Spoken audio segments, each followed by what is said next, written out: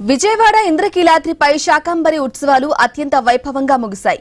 మహాపూర్ణాహుతి, కలశోద్వాసన, మార్చనము, ప్రోక్షణతో ఉత్సవాలు దిగ్విజయంగా సమాప్తమయ్యాయి. గురు పౌర్ణమి పర్వదినాన్ని పురస్కరించుకుని ఫల పుష్పాదులతో శాకంబరి దేవిగా కనకదుర్గమ్మ భక్తులకు దివ్య దర్శనమిచ్చింది. మొత్తం 45 టన్నుల కూరగాయలు, పండ్లు, డ్రై ఫ్రూట్స్ తో అమ్మవారి అలంకరణ శోభాయమానంగా భక్తులకు కనువిందు చేసింది. సకాలంలో వర్షాలు కురిసి లోకం సుభిక్షంగా ఉండాలని అర్చకులు, ఆలయ అధికారులు అమ్మవారికి పూజలు చేశారు. 3 రోజుల పాటు సాగిన ఈ ఉత్సవాల్లో సుమారు 2.5 లక్షల మంది అమ్మవారి దర్శనం చేసుకున్నారని ఈవో సీనా నాయక్ వెల్లడించారు.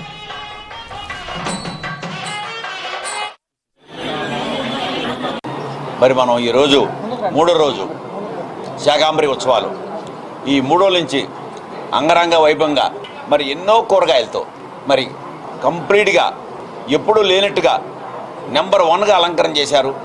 చాలా బాగుంది.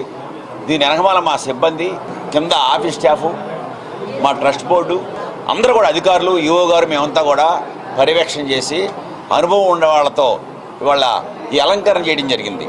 మరి మొట్టమొదటి రోజు కూడా భక్తులు అసలే ఆషాఢ మాసం శారీ చీరతో రావడం ఎంత ఆనందపడ్డారు అంటే వాళ్ళు చాలా బ్రహ్మాండంగా ఉందండి, ఎప్పుడు లేనట్టుగా ఉందని అన్నారు.